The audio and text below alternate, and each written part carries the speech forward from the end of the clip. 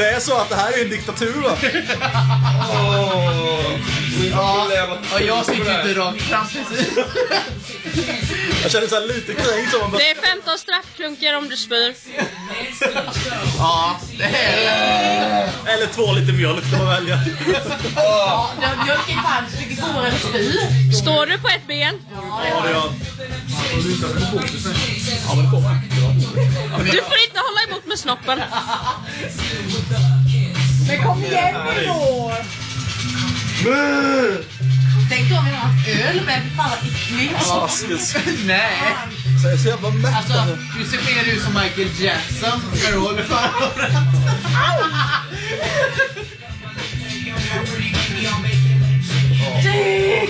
Man får inte spy i glaset. Nej, du får man.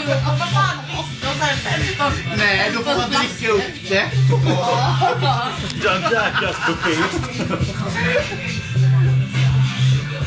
Alltså jag är inte avundsjuk alltså. Inte jag heller. Det var riktigt bra med mjölkdricka. Ja. Var det mumsigt?